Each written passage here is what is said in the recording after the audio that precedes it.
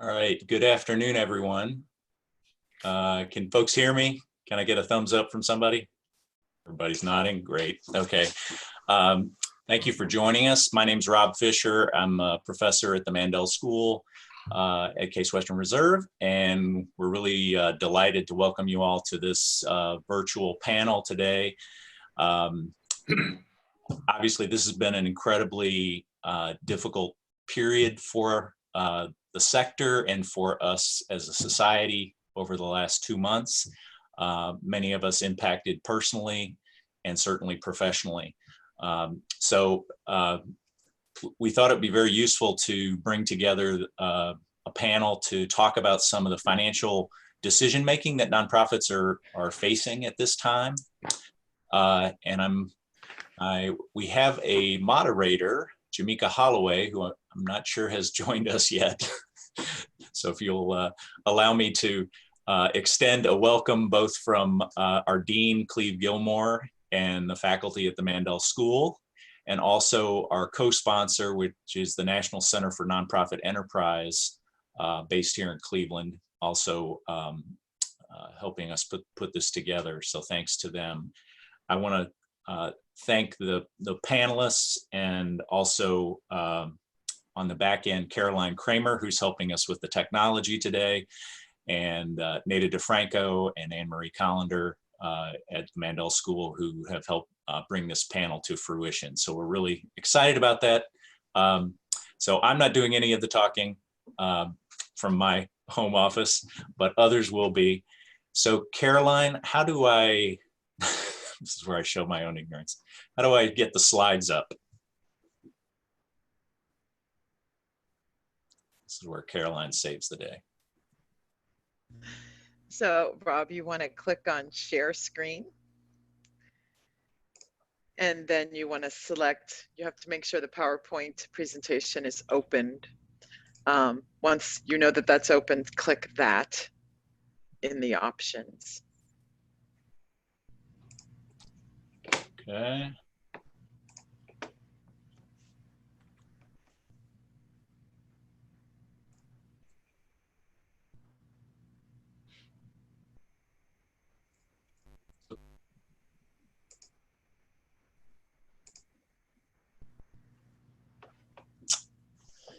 Okay, can we see the slides now?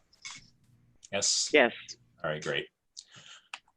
Okay, so you can see here our panel. We have Jimeka Holloway, who will be joining us shortly, who's with Mission Increase Northeast Ohio, which is a grant maker and technical assistance agency.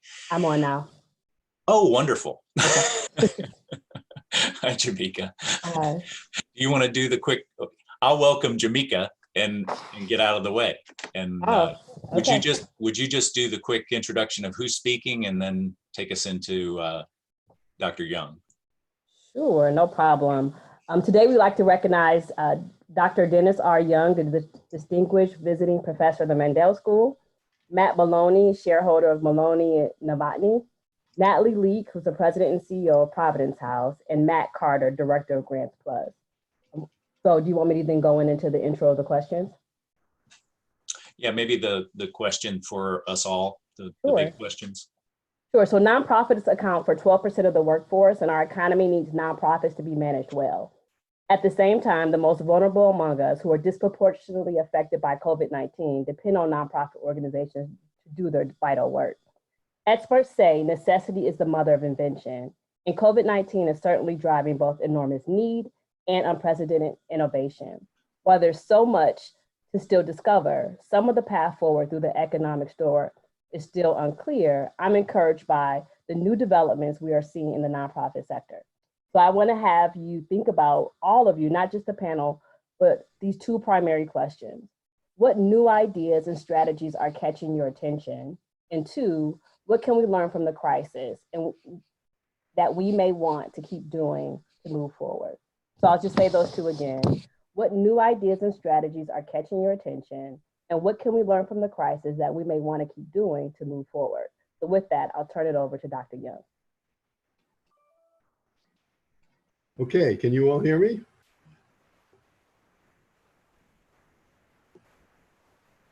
We okay? Yes, Yep, we can hear we're you. good. Okay, good. Well, thank you, and very pleased and honored to participate in this this event. This is an interesting time and gives me a chance to make a little bit of a contribution to it. Just by way of background, I'm going to report on some ideas that were put together by the Research Advisory Network of the National Center of Nonprofit Enterprise. Just quickly, NCNE is about 20 years old. It's an organization that's been trying to help nonprofits make wise economic decisions. We have a research advisory network, which was national, about 50 distinguished scholars and professionals who study nonprofit decision making. In fact, some of them were on this call. I noticed Kevin was here, and there may be some others. And Stuart Mandel is on the call, and he's the executive director of NCNE. In any case, over the last few weeks, we try to do some brainstorming within this research advisory network to identify key economic challenges that are facing nonprofits in the crisis now, and what kind of strategies could be considered to address these challenges, I'd say both immediately and as much in the longer run.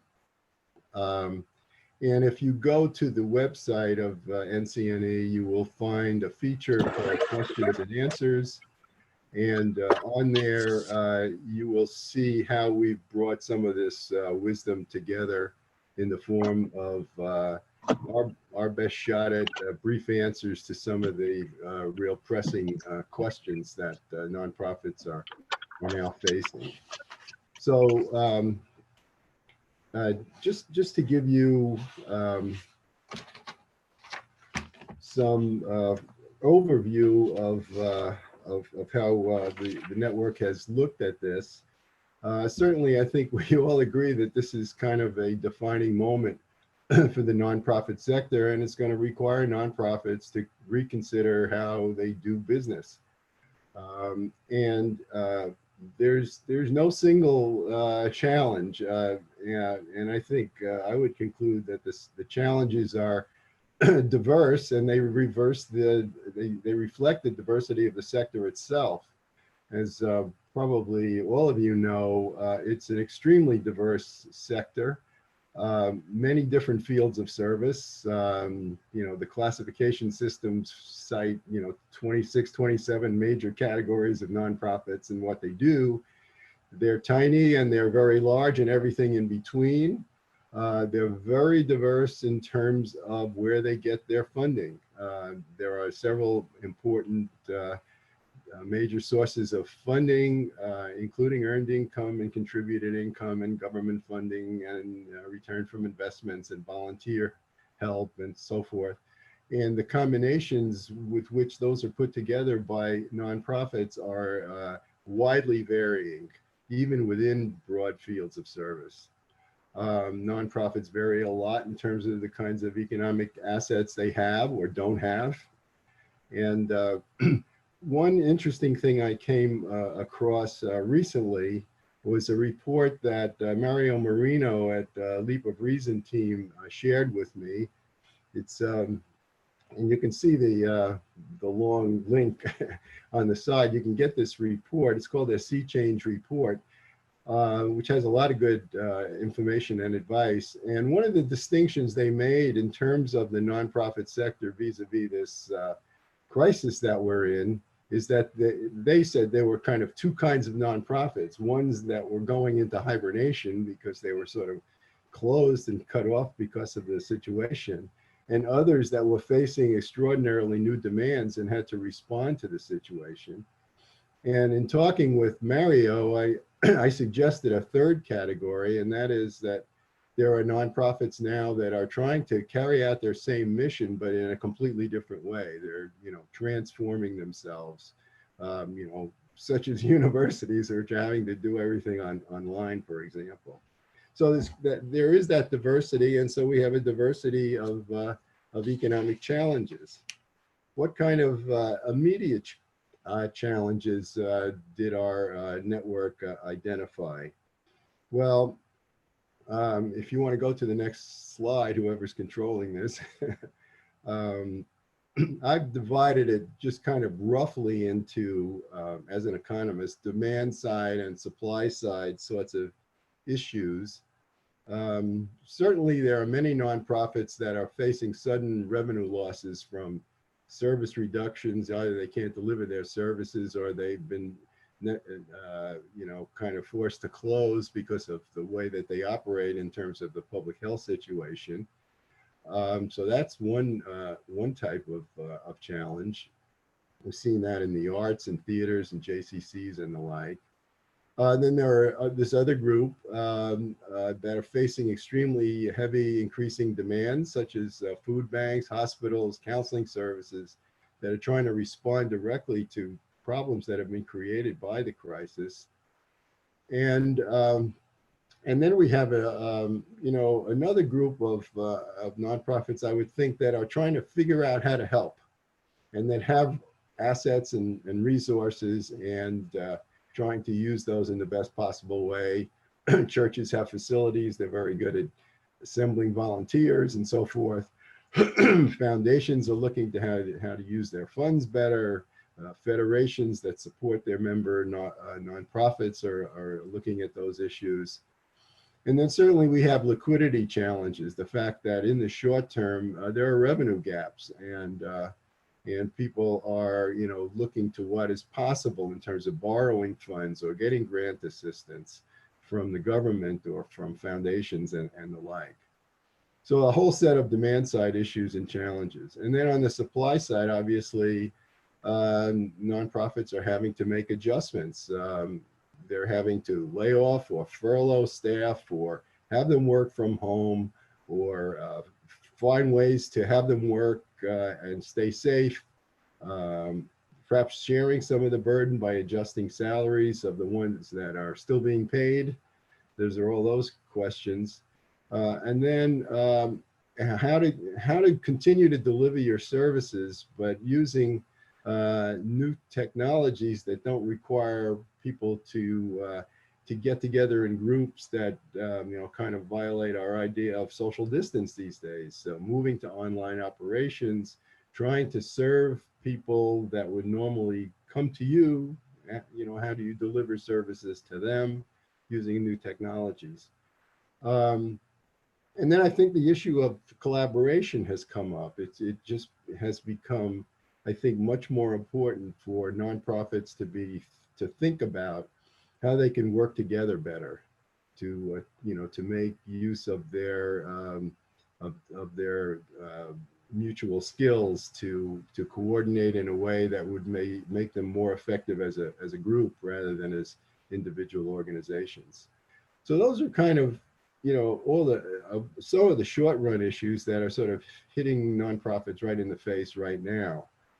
I think just as interesting and maybe more important in the long run is the fact that, we have a sense that nonprofits are going to have to make some major structural adjustments over time. And these are of various kinds. And this comes up, some of these issues come up again and again, but what is your cost structure?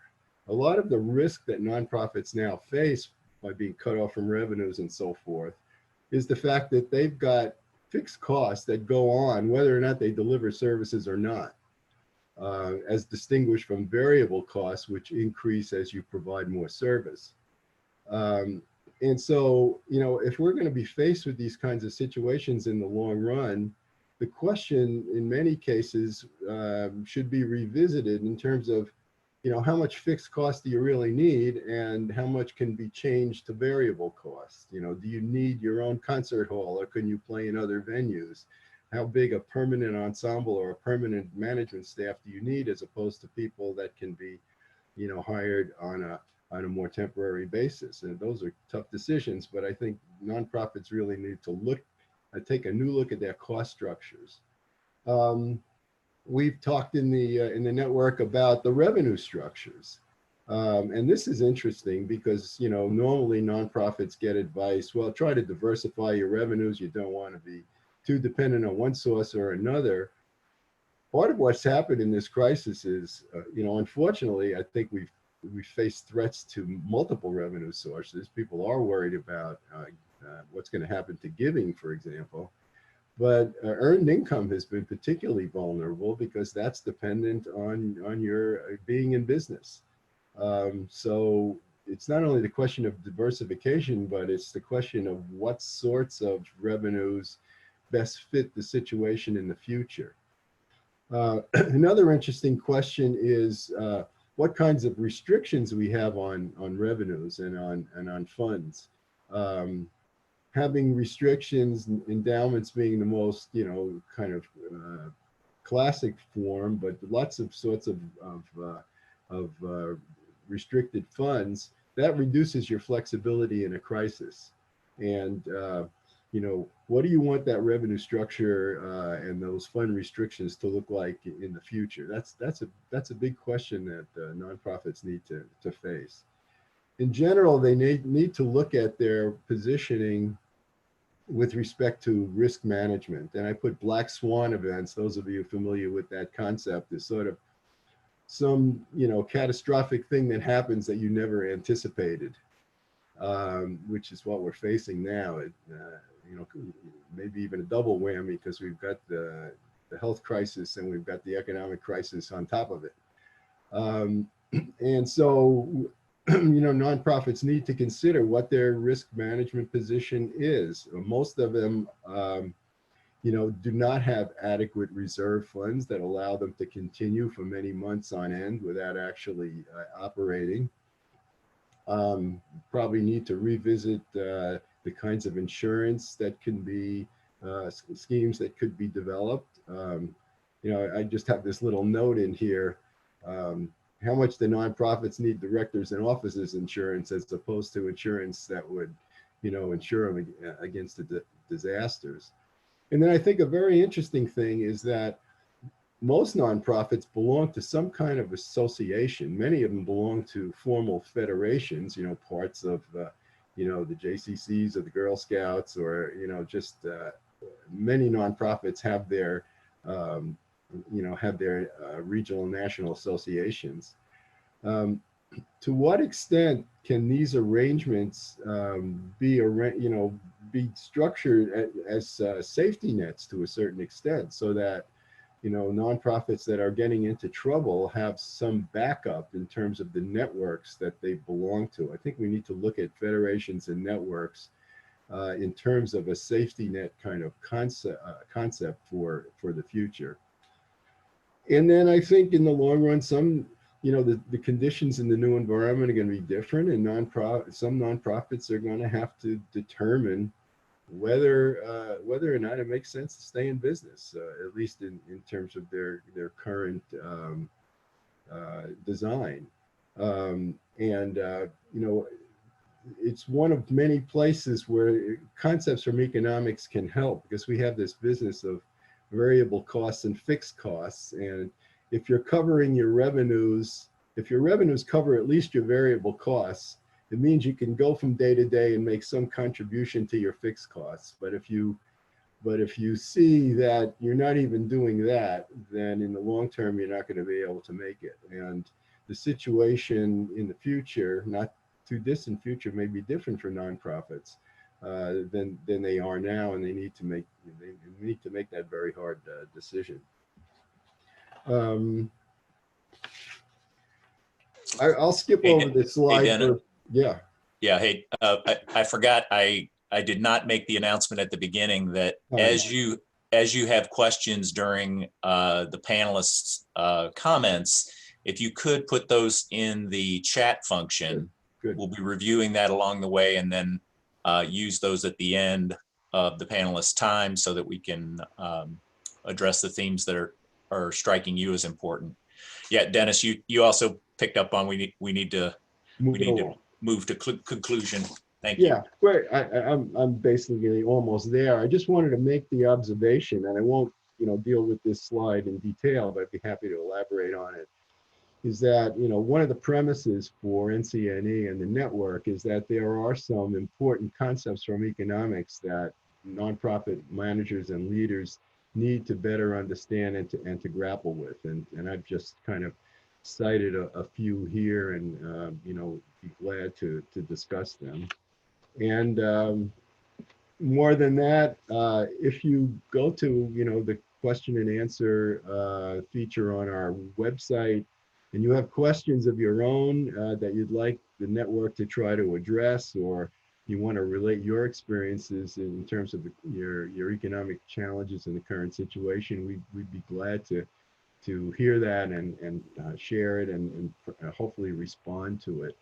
And this just shows you the email address and the website that you can follow up with. But thank you very much, and I look forward to hearing the rest of the panel and to some responses from all of us. Well, thank you, Dennis, for contributing, and we're just honored to have you here today. Next, we're going to have Matt Maloney of Maloney and Novotny. Hello, everybody. Hopefully everybody can hear me. A little background on myself. I am a shareholder in Maloney and Novotny, a CPA firm here in Cleveland and throughout Ohio. We do quite a bit of work with, are privileged to do a lot of work with a lot of nonprofits in the area. And the other side of that is I'm also the board treasurer of about a $10 million early childhood education nonprofit, Horizon Education Center. So have seen a lot of what's going on both sides, on both the client side and also on from the standpoint of being a board member. And quick overview of what I'm going to look at, you know, overall strategy, some of the short-term issues, crisis management that's out there, long-term issues, new pressures, and touch on the coronavirus and SBA funding.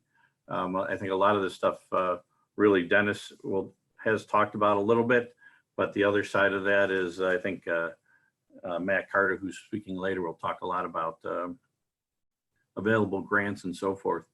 I think the overall strategy that I'm looking at is, you know, first and foremost, from the standpoint of especially boards that are nonprofits that are relatively small to probably $30–50 million, depending on where they're at. There's a lot of diversity and, you know, in essence, the talent and the time that the CFOs or the accounting managers have. So really, you know, both that group and the executive directors, CEOs, really need to look to your board as much as possible and engage them. I think whether it's budget, finance committee, audit committee, particularly, who are most familiar with what's out there, what the issues and what the opportunities are for your nonprofit, and obviously also the executive committee would obviously make sense. Obviously, I'd encourage, depending on the size of the board, to get as much of the board involved as possible, open it up, have it available as much as possible. I know we've been meeting and on my board basically every week, discussing what's going on, what our strategies are, what our issues are, what the PPP is offering us, what other kind of grants and so forth are out there. And the other side of that is the board probably has a lot of good ideas, and they may be seeing it in their own businesses. So it couldn't hurt to really get them on board and make sure they know, you know, what is going on. Obviously, in essence, you know, we're beholden to the board, whether, you know, as auditors or as people, you know, executive directors and so forth. So we really need to make sure that they're involved and out there. The other side of that is sticking to your mission. It's still on the previous one, sorry. You know, stick to what you do best. Nothing new. Now is not the time to probably invest in anything new that's out there. So, you know, try to do as much as you can to slow down any discretionary spending that you have out available. It gets back to what Dennis was talking about. And, you know, this is getting back to straight economics. You know, what makes sense? What costs you the most? What can we do without? Do what, you know, again, stick with what you do best. And again, it may even look at programs that are, in essence, the most costly ones to run and may not be exactly what your mission is. And bottom line is communicate. And we just talked about what we did with the board, but also to funders.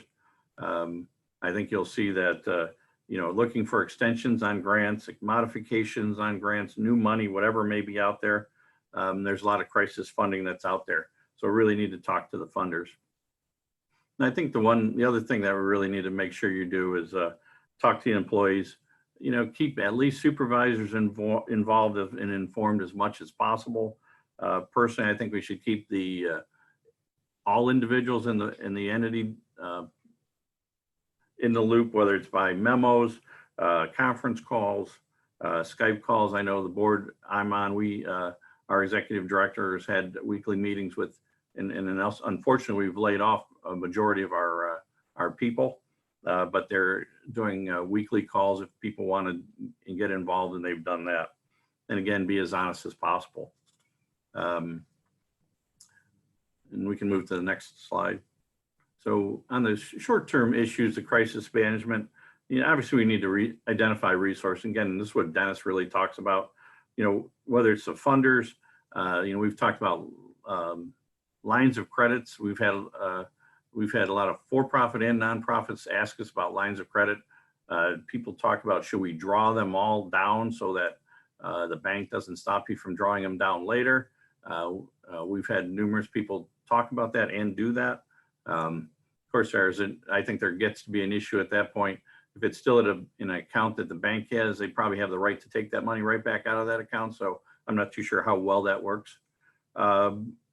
Identify board designated resources that may be freed up and so forth that allows you to use it in a crisis.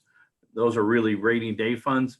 Obviously you don't want to get into them as much as possible, but you're probably also looking at those as long-term solutions, but also what other reserves you may have that aren't board designated, just straight operating reserves that are out there. You need to look at what revenue that you've maintained and where there's at risk, and even critical vendors for service that you have out there that you need to talk to. Banking relationships, it's probably both a short-term and a long-term version, but do you have covenants out there? Get out there and talk to your banker now, discuss them, see where they're going to look at. Are they going to be helpful or not? I think the same thing was apparent in the PPP applications. Some did a very good job of getting applications in, and some probably haven't got applications in yet. So you need to get out there and make sure you understand where you stand with those banking relationships. And probably the biggest and most important thing is programmatic. What's the budget? Best case, worst case scenario of where you're going. You need to analyze revenue, you need to analyze expense, and really need to develop almost like a rolling forecast of what's going on. We all know that this stuff has been changing on a day-to-day basis of where it's going to be at. Can we reopen? When can we restart and so forth? So you really almost have to do a weekly update to where you're going on this thing and look at where the short term will be. Unfortunately, you really have to talk about layoffs and furloughs. Did you get the PPP or not?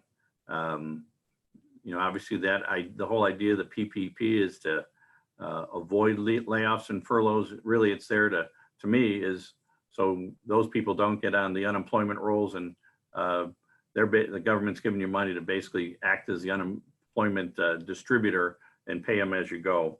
But by the same token, depending on where you're at, are you better off with layoffs? So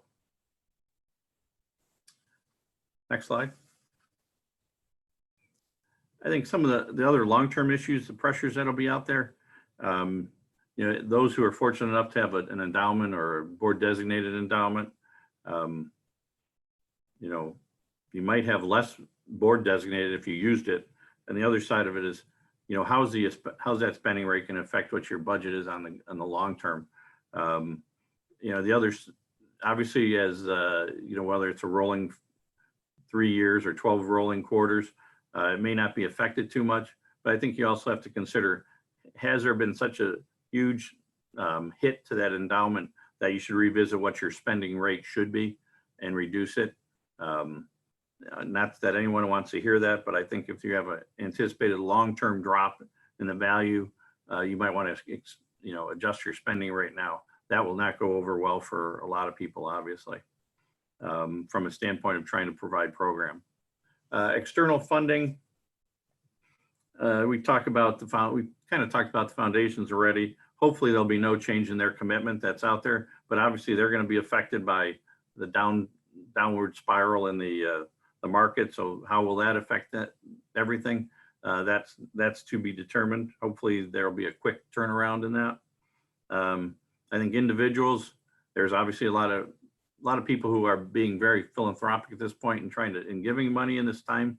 But by the same token, how long will that last? I think we're still all fighting with how the tax law change has hurt because because of those changes. I think actually to me, 2019 was where the area that we're going to run into people realizing that they aren't getting much of a deduction. So in 2020, so I think there could be a downward trend there. And I think the biggest issue in all this long term is state and local budgets. I think for those of us who rely on the state and local budgets, this is going to be a huge problem. None of this CARES Act or any of this stuff has basically addressed state and local budgets. I think those in Cuyahoga County heard that I think they're trying to reduce spending by 20%. And same with the state. Those of us who depend on that, I think we have to really be careful about where that's going to end up, because I think that will be one of the biggest issues that'll be coming up here soon. None of the crisis funding I think they've deferred that. I think I know that some of the House and Senate have been looking for this to be addressed early on, but I'm thinking that they're going to hold off until they're figuring that the state and local governments have enough money in the coffers that they can survive and get money later in the year and to refill their coffers, but we'll see. Lobbyist side, you might want to consider even getting one if you're on the state and local budget side. So, and then I think the other issue is employees. For the board I'm on, we have, it's early childhood education and low income daycare.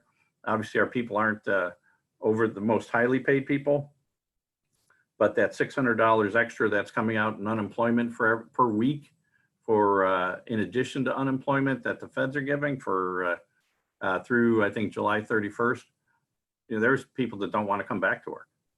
So I think we're going to have people pressure out there, and obviously there's a lot of lower paid people in the nonprofit arena, so we have to worry about that. And again, where I'm at, the board I'm on, we even have it on, because we're doing low income childcare.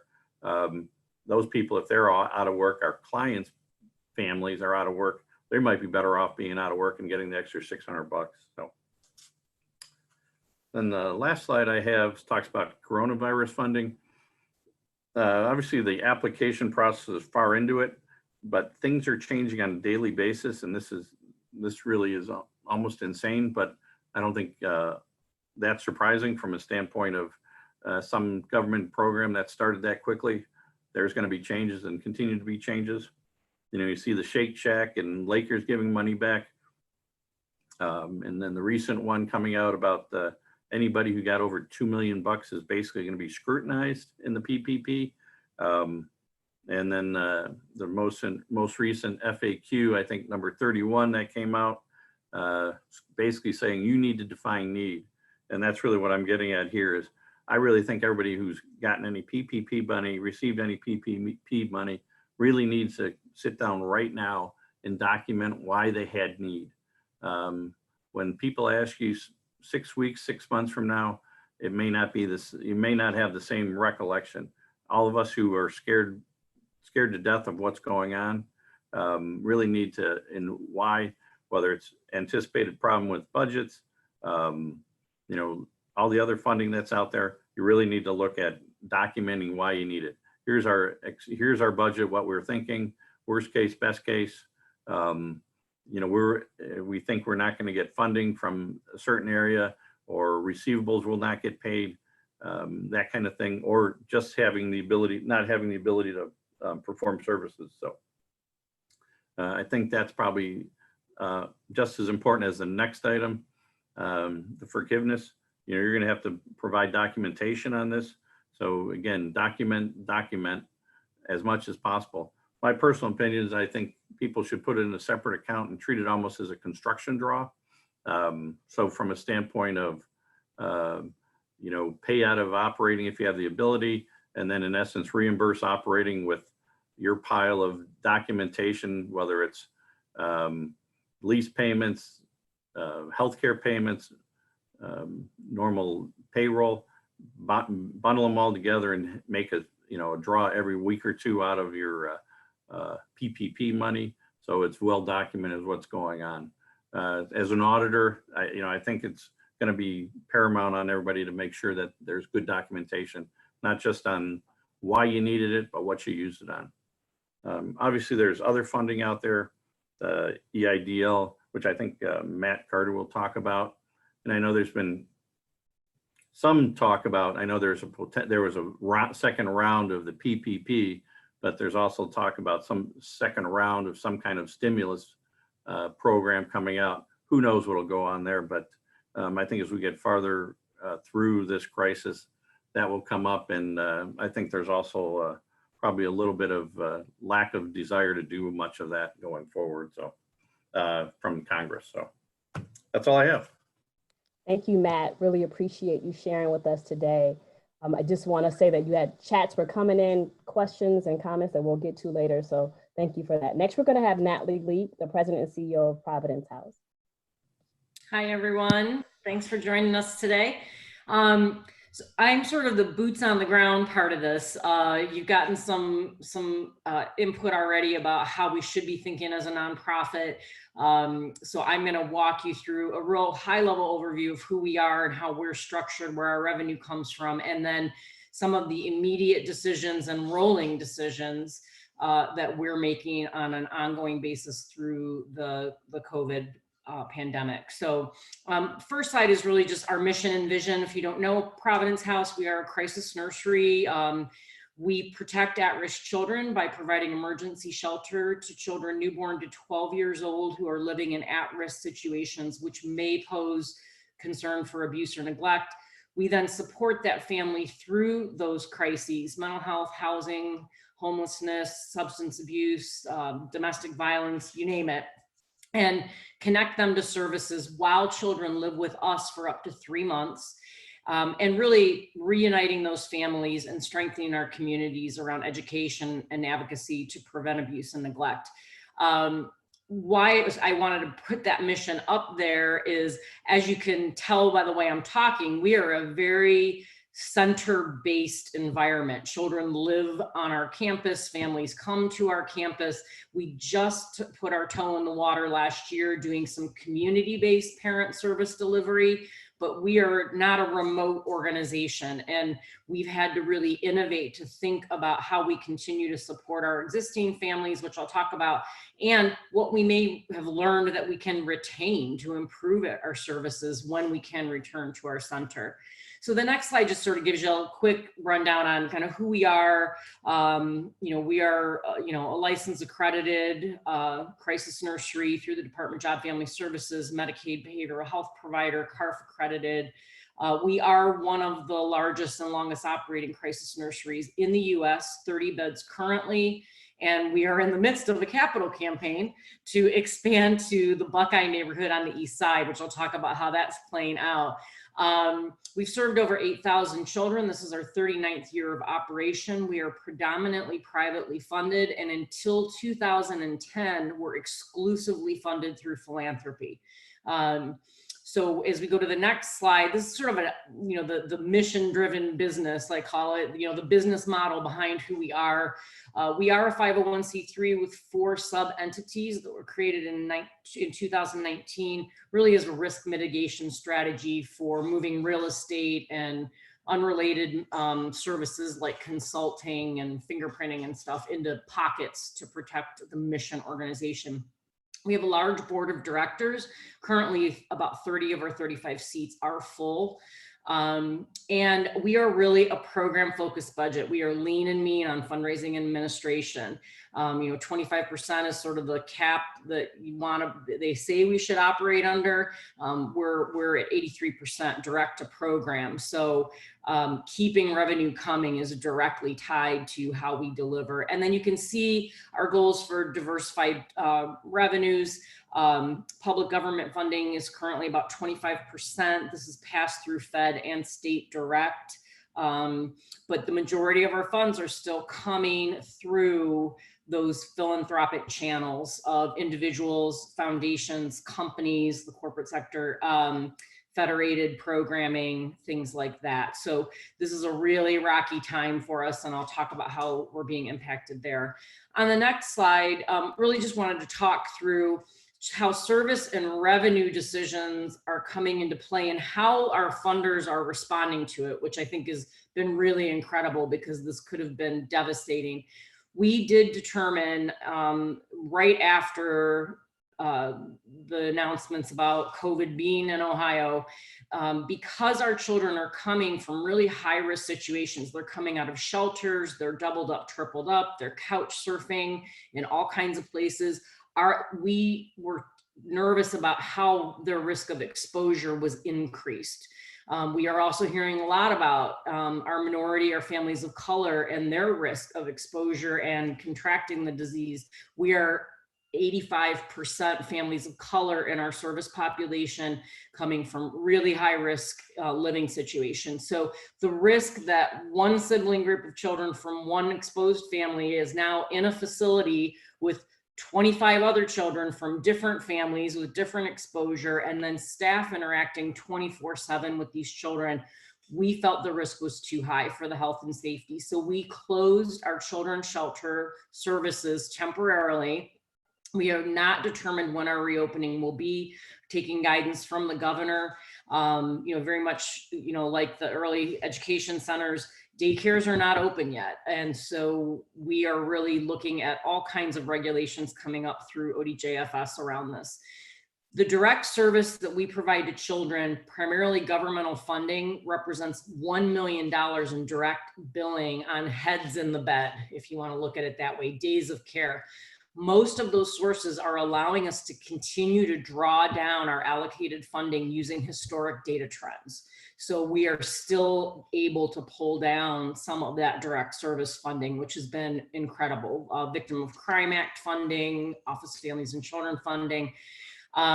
We have shifted all of our family support and even our childcare check-ins to phone-based case management. We have 150 active families on our caseload right now. It's distributed among our social workers in rolling phone-based support calls. Much of that sustaining work is being done through grants that have been secured specifically.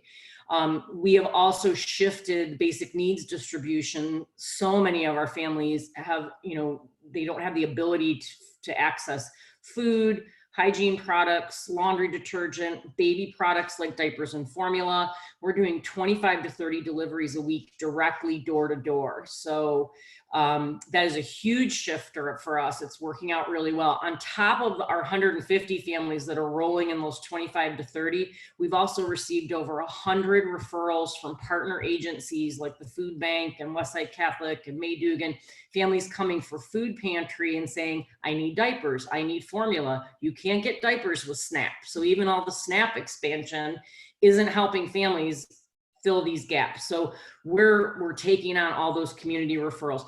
We're depleting our inventory, which is predominantly donated, non-perishable food and baby products at a rate of about $6,000 a week right now. One of the things that we've got, and those donations are declining. So some people are still sending them in or shipping them through Amazon, but we're balancing the minimum inventory levels for our reopening goals. So we know we've got enough on our own shelves when kids come back, we've got the product we need. So we're starting to get in this really precarious dance of how soon are we going to open and what's our run rate on standing inventory. On philanthropy and funding, which I kind of separated in this from how we're going after like PPP and all of that. I totally agree with the conversations about communications. We are having internal team communications continuously, virtual lunches with our entire organization, town halls every other week with everyone in the organization. And for our donors, our foundations, our government contacts, I have a personal distribution list of about 300 people. We did an immediate communication, and we've been doing update communications via short videos twice a week throughout this entire thing. They're also going out on social media. People know what's happening in our organization. We have done a lot of requests, or it's been offered to us for restricted grants to be converted to general operations. Some of our campaign funders have also said, look, if you need my campaign installment to go to support you through COVID, go ahead and do that. We have a huge event tomorrow that normally would have 700 people in a ballroom that we very quickly pivoted and brought online in a virtual platform. So you can buy raffle tickets for raffle baskets. You can make a donation online. We got a ticker going showing how we're doing to goal, and we will live stream about 45 minutes of live streaming tomorrow from my office. We'll host a virtual event and give updates. So seeing how that's going to play out. We are applying for all the available relief funds, not just the stimulus and CARES Act stuff, but you know, the local foundations, donor advised funds. You know, we're kicking every rock over out there. And to the point of lobbying, we do have an advocacy firm that we work with. We get a lot of support from the state, and we're even advocating as a national group of nonprofits and a local group of nonprofits together through this organization to get more support in future stimulus opportunities, but also retaining what's already there. So when you hear 20% state cuts, that's in every department of the state. So, you know, we've got money at OFC, we've got money in the Attorney General's Victim of Crime. Is the 20% going to come out of there? We're in the state capital budget bill. What's happening with that? How long is the delay? Are they going to carve out some of that capital money to replenish some of the state losses?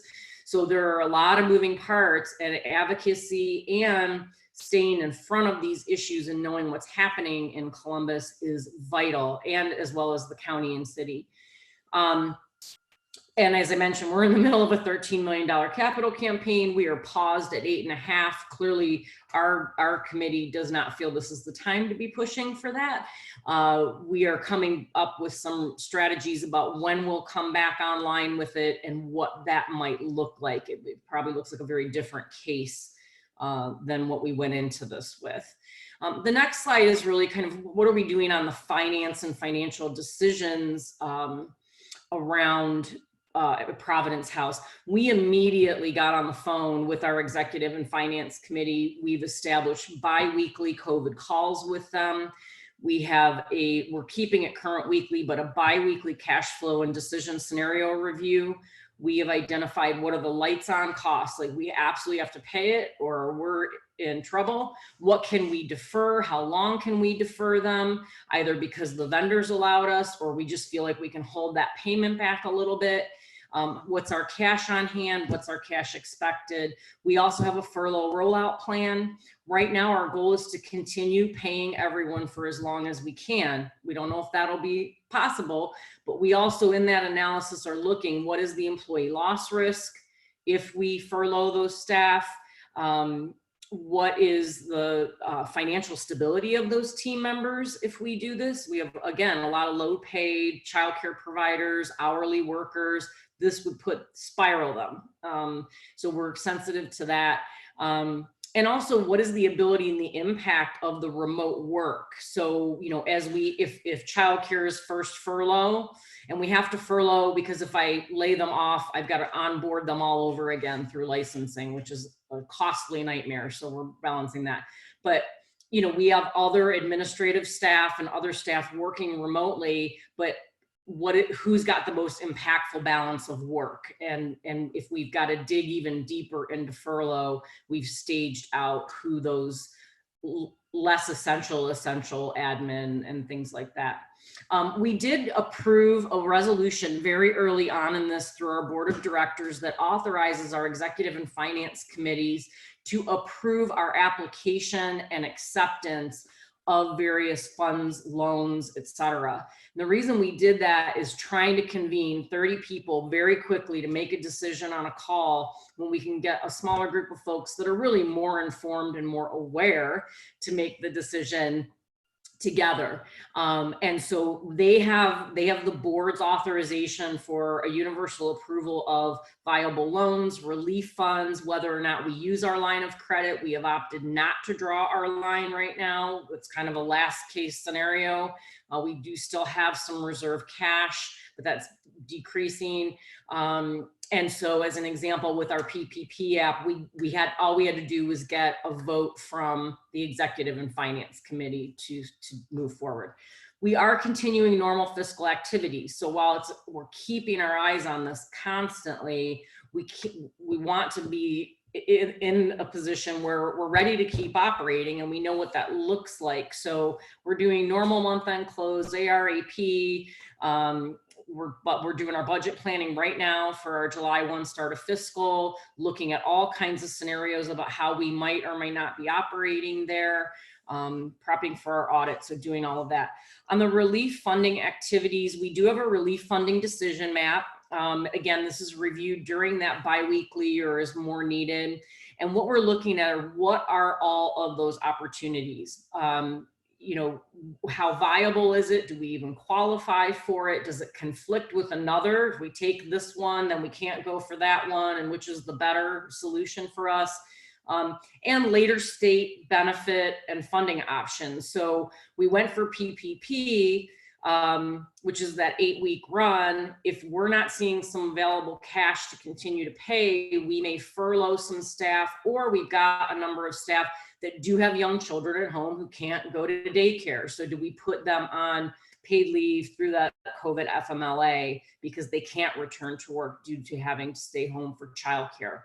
So we've got this kind of cascading review of these relief decisions.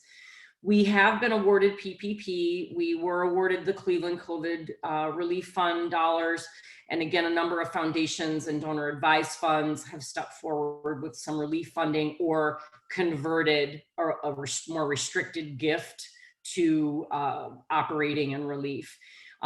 Coming up is FEMA. So FEMA is something we do get for shelter and food for kids. They've flexed that out so that we can actually apply to support families on rent and utilities and some other things that we typically don't apply to FEMA for. FEMA has seen a little bit of an increase in phases 37 and 38, which are their normal phases, but there was also a CARES phase of FEMA announced, and it's about double the size of a normal phase in terms of the funding balance that's in there. Phase 37 is due the middle of this month. And then CARES will be next, and then phase 38. So if anyone is doing FEMA related work, United Way is the fiscal agent here in town for FEMA funding. And those applications are coming out now and due May 18th for phase 37. And Matt may get into more of that with you. Obviously, we talked about the advocacy for retention or increase for nonprofit relief, both state and federal. And our focus is really a blend of the relief funds, COVID employee programs, benefits, FMLA, philanthropy, existing governmental, and it's a mix of sustaining payroll if we can, lights on operating costs right now, and then direct service support directly to clients or the procurement of items needed for our clients. That's really where our requests for particularly foundation funding has been focused. So that's kind of how we've been juggling it all. Thank you, Natalie. Matt, we'd love to hear from you. Hi, thank you. And Natalie, I want to say if one of our Grants Plus consultants was designing exactly how you should be going about doing this, that is about what we would have designed. Everybody should go back to those slides and realize that this is extremely well done. So I applaud you for your work on that. So a little bit about Grants Plus. For those of you who don't know us, we are a consulting firm that does grant seeking assistance. So grant writing, strategy, education, all of that. And we have been around, we're based in Cleveland, but we have been around since about 2007 and have grown with clients across the US. So a lot of what I'm going to talk about today is based on what our clients are experiencing, our current clients or clients that we've heard from in the past. So actually, also to Natalie's point, FEMA is one of the things that I have not looked into because none of our clients are working with that right now that I know of. But if we can flip to the next slide, I just want to talk a little bit about the overall response. So obviously, Paycheck Protection Plan, Paycheck PPP, is getting much of the press, but the CARES Act also had money for grants as well. So right now, there was an initial $349 billion for small business relief that has been boosted by another $370 billion last week. But there was also $340 billion for supplemental funding to agencies, most of which is going to go to grants. And we'll talk about those in a moment. But a lot of agencies are making grants available as emergency funding, as well as the more popular SBA things. So if we can flip to the next slide, we will talk about the popular one, the Paycheck Protection Program. And I'm going to preface this by saying the hallmark of this program so far has been uncertainty. So everything I say now is based on what we know now. It may change tomorrow. I mean, as Matt hinted there on the 30 plus FAQ. So things are sort of rapidly moving, and there is also some pressure from Congress to change things around a little bit. But the initial rollout of PPP was rocky, and in the end, obviously, it didn't meet demand. So there was a second infusion of cash that opened up this Monday. So starting on this Monday, an additional $320 billion was available. And that is expected to run out quickly. I was on a call with Senator Portman yesterday, who said he believes it will last about 10 days. And that is kind of backed up because the portal opened Monday by 10:30. The SBA portal had crashed. And it was back online by the end of the day, but it is obviously extremely popular. So a couple key things to note for this. If you had applied in the last round, but did not hear back, your application is still in the queue. If you were denied in the last round, you should not reapply because you're not going to be eligible in this round. So as far as the program itself, I think most of you know this, but I'll run through quickly. This is for businesses with fewer than 500 employees. Nonprofits are considered businesses for this. And one of the questions we saw in the chat was about independent contractors. So independent contractors should be applying to this as a business. So they would not be considered employees of the nonprofit, but would be applying for themselves. And they were not eligible when the first round opened on April 3rd. They were not eligible until April 10th, which, with the money running out quickly, did not help independent contractors much. But they have been allowed to apply since the 10th. So the Paycheck Protection Program is designed to pay for salary, wages, sick leave, health benefits, pension benefits, things associated with salaries. And like Matt said, it is really to keep people employed in place and not on unemployment. And the loans are all provided via existing SBA lenders. So that means your bank, if you have not already talked to your bank about applying, you should do so ASAP, because we have maybe 10 days for this and it is now day 3. And I think the most important thing of this for nonprofits is that the loan can be forgiven. That's important for businesses too, but not nonprofits don't necessarily have the ability to increase their income in the coming little bit. So if 75% of the loan is used for existing payroll, it will be converted into a grant.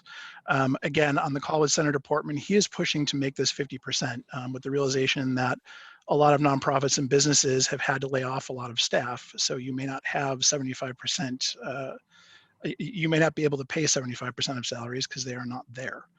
And also the amount that can be forgiven will be reduced proportionally by any reduction in employees compared to the previous year.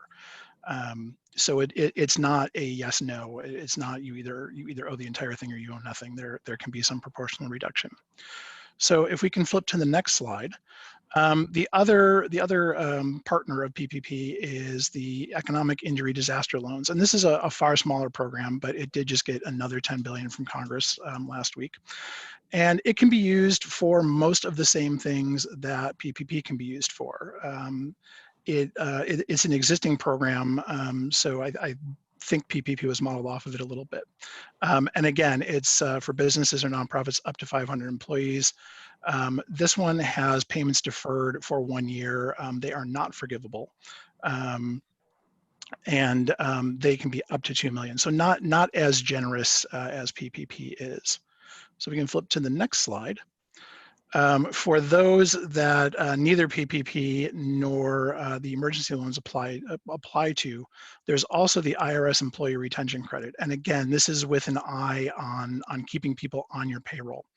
So this is a credit for businesses and nonprofits that were fully or partially shut down by government order. So, museums, daycare, things like that, or businesses whose gross receipts are below 50% of a comparable quarter in 2019. So again, you cannot apply for both PPP and this credit, but if you are not eligible for the PPP, this is a good credit. The amount of the credit is 50% of wages paid up to $10,000. So those are wages paid after March 12th and before next year. And they can also include not just the cash payments for the wage, but a portion of the cost of employee health care. If the employee had 100 or fewer employees in 2019, so that is applicable to some of the people I know on this call, the credit is based on wages paid to all employees, regardless of if they worked or not. So if the employee worked full-time and they were paid for full-time work, the employer receives the credit. If the employer has more than 100 employees, the credit is allowed only for wages paid to the employees who did not work during the calendar quarter. So this I think is a great opportunity, especially for larger nonprofits or for those that don't get PPP to at least get something. So these are all the Treasury options, SBA and IRS. If we can flip to the next slide. I also mentioned there was a large amount of emergency grant opportunities. I've highlighted a few of these. So of the $340 billion that the agencies got, we were expecting 80% of that to be given as grants. And not all of that is going to be through competitive grants. Some of that is formula. We have already seen, for example, the Department of Education made a large payment to universities based on the number of students they have with Pell Grants. IMLS, one of the ones that I have on here, the Institute for Museum and Library Sciences, actually sent 30 of its 50 million to state library associations to disperse that way. But looking through there are a few on here that a lot of nonprofits depend on. And I will not go through all of these because your ears have probably already picked up or your eyes have picked up funders that you either have applied to, have grants from, or work in your area. So there definitely are opportunities from the agencies, not just through these larger programs. So if we can flip to the next slide, a couple little things though. I said one of the hallmarks of the SBA program was uncertainty. And that's true of the federal response in general. There are very quick turnarounds on a lot of these. For example, the National Endowment for the Arts had about a 3-week turnaround between announcing funding availability and then having that deadline for the first part of the application. And that, for those of you who know federal funding, it's usually about 8 weeks. So that is greatly reduced.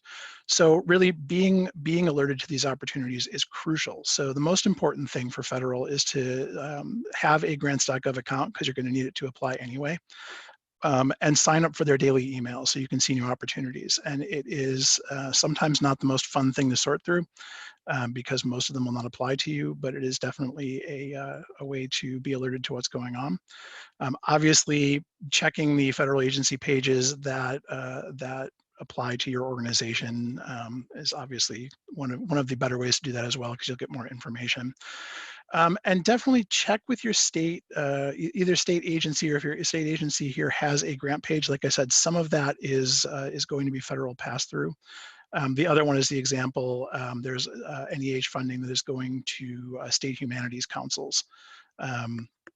So that is generally for smaller organizations that are not necessarily equipped to apply for federal funding. And also, if you belong to a professional association, beyond also trying to develop some kind of mutual aid with that, make sure you're signing up for professional alerts because a lot of those will have alerts for federal funding from associations. So 2 more slides here. And these are, again, for those of you who have gotten federal funds before, you know what this is. For those of you who have not, there is a series of registrations that need to happen. And because these have such a quick turnaround, if you have any thought of applying for them, do all of this now. So you need to basically register for a DUNS number if you don't already have one. You need to be registered in the System of Award Management, which is SAM. And that takes a while to get through usually. And then obviously register for grants.gov, and that is almost instantaneous. So one concession that federal agencies are making is that historically you needed to have an account in all of these, and you needed to be approved and good to go before you could even apply. They are being a little more lenient about if you have your, for example, your DUNS application in process or your SAM application in process, you may still or one of these emergency grants for the most part. But you will need to have that in process, and you can't get the actual funding until you have been registered properly. So one last slide here too. Again, because there is such quick turnaround on these, we are recommending that our clients gather all the documentation now that they need to support their request. And part of that is the turnaround, like I said, and part of that is because we're seeing, I will be a little bit unkind and call them Frankenstein applications, where we don't know exactly what's going to be on them.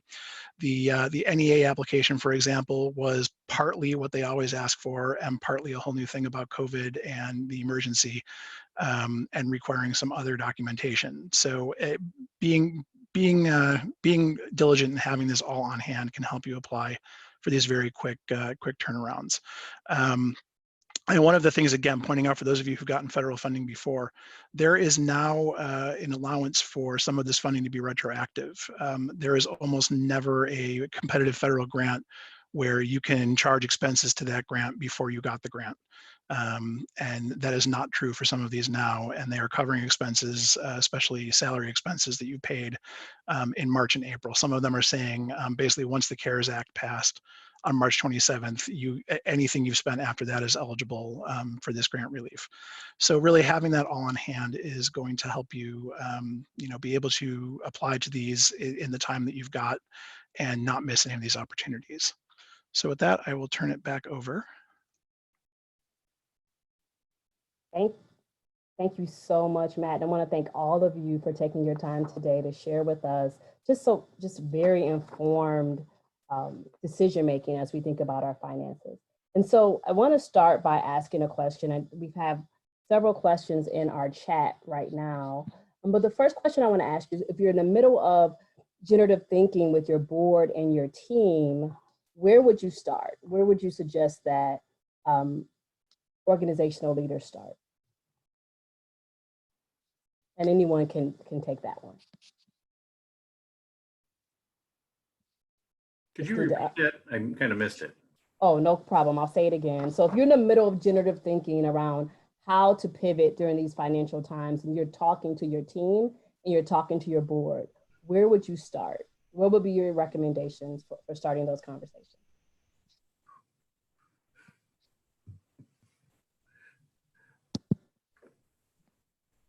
That's a tough one, if you can tell from the silence. I will offer the first answer here because I come from the funding side.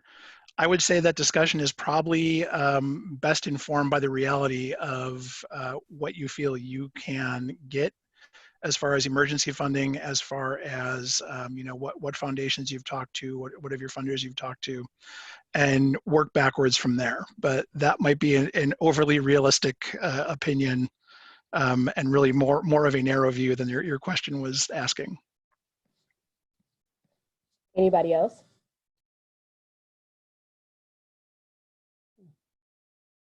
So we'll go on. Thank you. I think probably most nonprofits have already done this, but they've got to figure out, what they absolutely have to spend now and what they can cut back in the short run until they can get their orientation.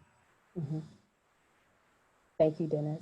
So we have a question that says, what advice would you have for NGOs who rely primarily on donations for their operating costs?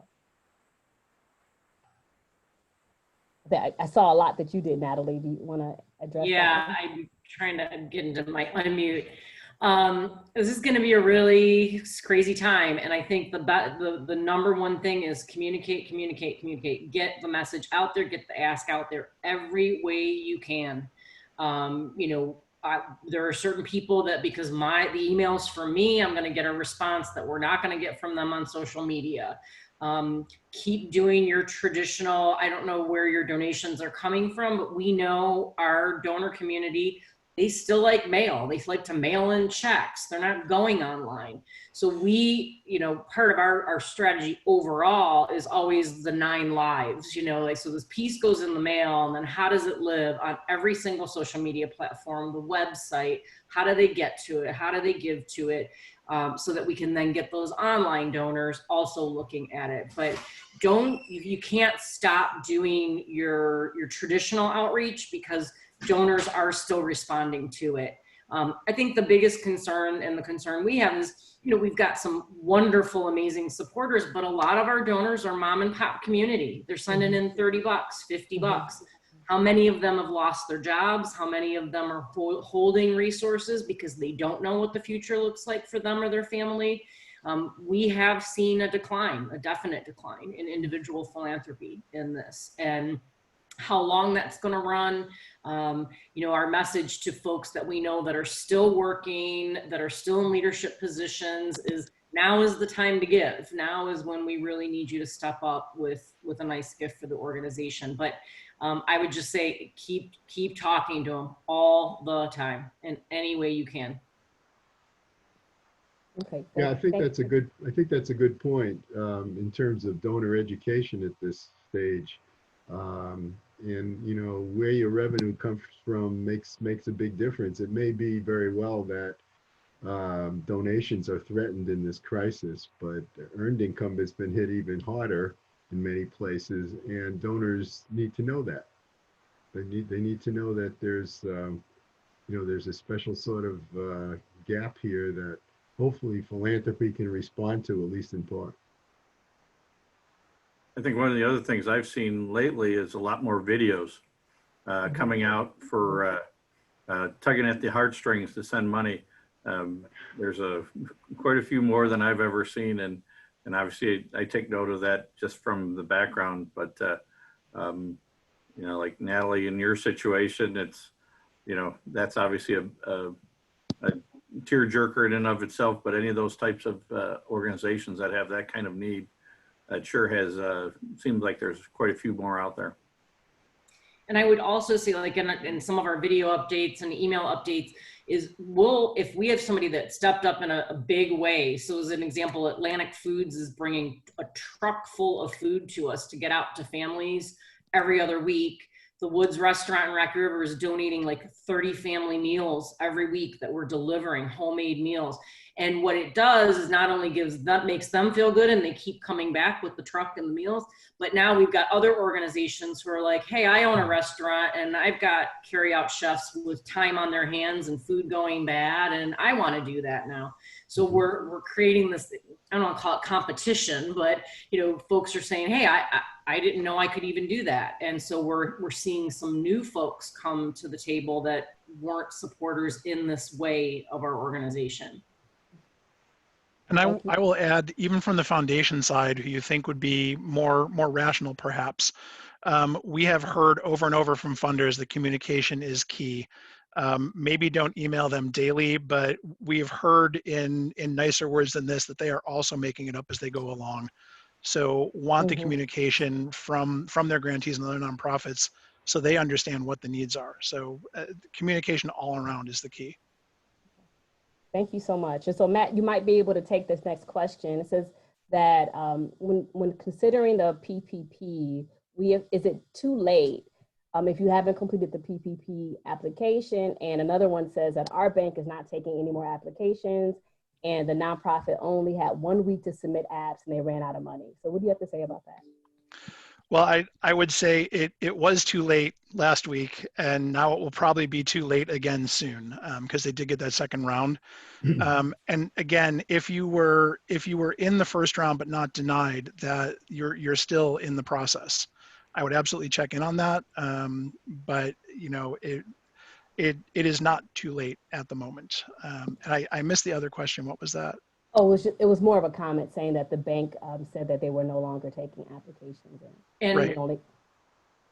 I was going to just chime in. So we were funded in the first round, and it wasn't through our primary banking relationship, which is unusual.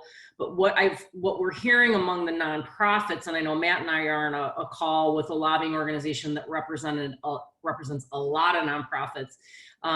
The first round successes really were happening with smaller community banks. They were more agile. They understood nonprofit a little bit better maybe, but were able to move applications through and that faster and better than some of the bigger banks. And so some of our nonprofit friends that stuck with their larger institution got locked out the first round and kind of circumvented. The other is if you have a PPP in the queue, don't submit another one. Don't take out the one you have and try to get another one in, because you are queued. And there's some people who are feeling like they might be stuck, but you're in a better position if you're in than trying to start from scratch and stepping out and coming in with a different bank at this point.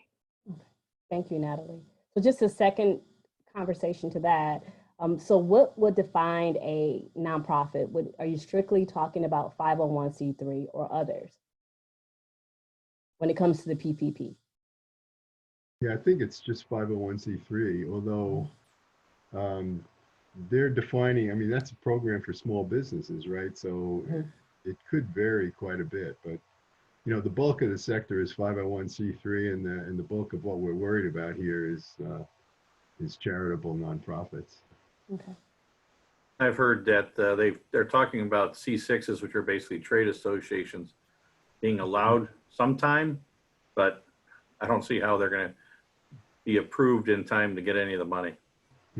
So I just want to pause and just invite anybody who may have questions to please submit that via chat. Well, the next question I have is specifically for you, Natalie. Natalie, how do you handle individual donors who are upset that you are asking for donations during these times? We haven't had anybody be upset. I think one of the things is, you know, we don't know who doesn't have work right now. We don't know who is struggling right now that maybe was a regular donor, but they were sending $25 a month. So every communication we have, there is empathy and gratitude. You know, we're all in this together. We know that you are probably experiencing some struggle. Our families were already in crisis. Now they have to survive this crisis on top of that. If you have the ability, you know, keep your family safe, but if you have the ability, anything that you can do can help another family. And so we really, you know, have not seen anybody get angry with us or say, why are you asking me right now? But again, it's how you frame it. And I've seen some really good communication come out from our nonprofit partners, and I've seen some not so good communication come out from our nonprofit partners. I also think the fact that we've been communicating and saying, people love that we rock babies, right? They love that we have a shelter for children. And we were really worried they'd be upset with us and not give because we weren't taking care of kids on the facility. But when we really explained the health and safety risk, and think about if you brought your child to me and they got sick because I had another child that exposed them, and then you got sick. And so as we really talked through our logic and explained how our services are continuing and in fact reaching a lot of families, we've actually seen support come through that way. All right, thank you. Can I say something? I mean, I do worry about the competition among nonprofits. I mean, we talked about the step up in advertising and the increased effort to get back to donors and so forth. And, you know, that could be worrisome in a couple of respects. There is a syndrome known as donor fatigue, where people get, you know, approached so often and by so many sources that they don't know how quite to deal with it. And sometimes donors aren't in a very good position to make choices.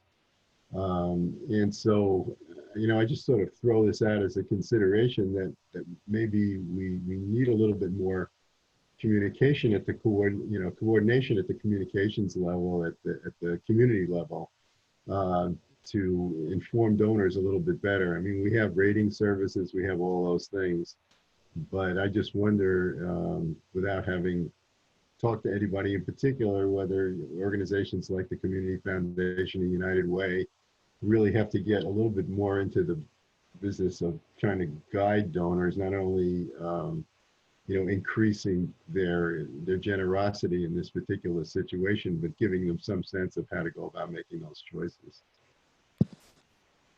Thank you for sharing. This next question is a little bit more student focused. Is how do you see this affecting job prospects for students graduating in May or December? Do you have any suggestions for job hunting? That's a tough one. We should give that one to Rob Fischer. My sense is that, going back to what I said right at the beginning of my talk, that there are, different situations for different nonprofits. Some of them are growing and trying to respond to needs and will be hiring. And sure, if you want to be a contact tracer these days, that's gonna be a real opportunity. But other more traditional jobs that you might have had your eye on might be more problematic, and certain areas might be more problematic than others. So it's a moving situation. I don't know how it all comes out. I do know that the nonprofit sector is going to need a lot of talent in the next couple of years, and it may be in different places than you were thinking of applying. Anybody else? So we have more questions. So I have another question. It says, did an application and then was told that they don't do independent contractors. So now can we reapply? This just happened last week. Since we now should apply as a business. I think, and I don't know if Matt has seen any of this, but if they look at the SBA FAQs, independent contractors in theory fall under the PPP. I think the big question is how well the banks understand it and how much they want to deal with it. But they did come up with what their base is and what they're allowed to ask for and so forth. So those things I think I'm pretty sure were in the FAQs for the SBA PPP loan. Yeah, and I'm not surprised that a lender might be confused about that when on day one you could not, and then on day 8 you could. So there may be some misinformation out there. Thank you for that. So we're approaching our end, and I want to just turn this over to Rob. Are there any final comments that you might have? And I want to thank everyone for submitting their chat questions. Well, I just add my thanks to the panelists and for everybody joining us today.